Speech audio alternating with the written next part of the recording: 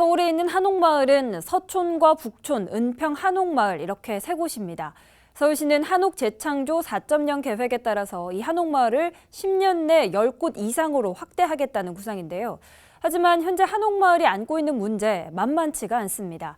이 문제를 해결하기 위한 해법과 대안은 무엇일지 김진중 기자가 취재했습니다.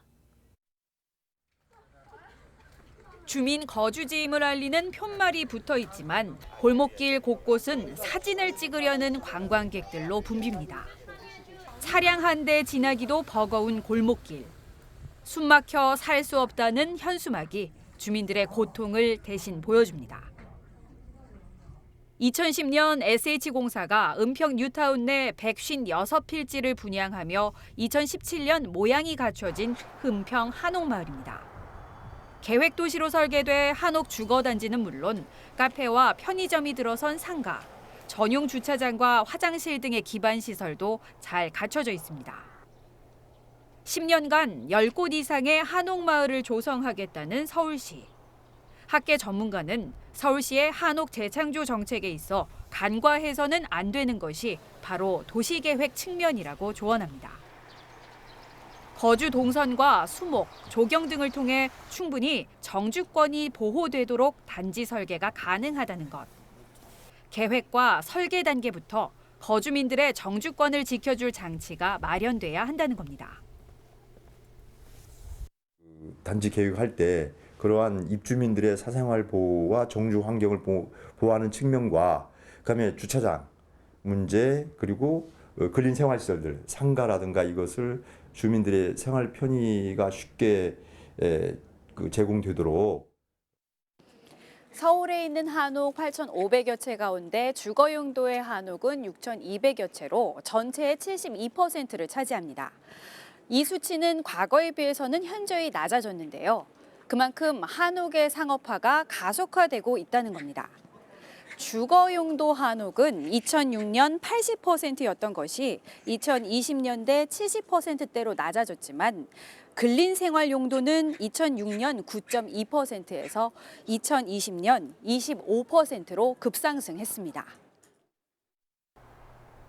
한옥마을 내의 주거 목적이 아닌 갤러리와 박물관, 카페와 민박업소 등이 혼재한 경우도 심심치 않게 목격하는 상황. 한옥마을이 지나치게 관광지화되지 않도록 한옥 주거 전용 지역을 명문화, 조례화해 용도 변경을 제한할 필요도 있습니다. 대개 보면 한옥에 카페를 본래는 이제 주거 시설이었는데 카페를 만다든가 또는 갤러리를 만다든가 그래서 그런 이제 이용자들이 막 찾아오면서 주거 목적이었는데 그 어떤 옆집 때문에 의외의 어떤 피해를 보고 있는 그런 현상들이 많거든요. 그래서 우리 현재 이제 그 전용 주거 지역처럼 일정한 그 특정한 지역은 절대 그러한 근린 생활 시설들, 이를테면 상가라든가 이런 것들이 들어오지 못하도록 이렇게 그 조례를 만다든가 이렇게 해서 그렇게 운영하면은 문제가 없을 거라고 생각합니다. 서울의 한옥마을의 문제 대다수가 관광객 과잉이라 불리는 오버 투어리즘에서 발생하는 만큼 국내외 관광객을 대상으로 한 사전 에티켓 교육과 피해 가옥에 대한 보상책도 마련해둬야 한다는 지적입니다.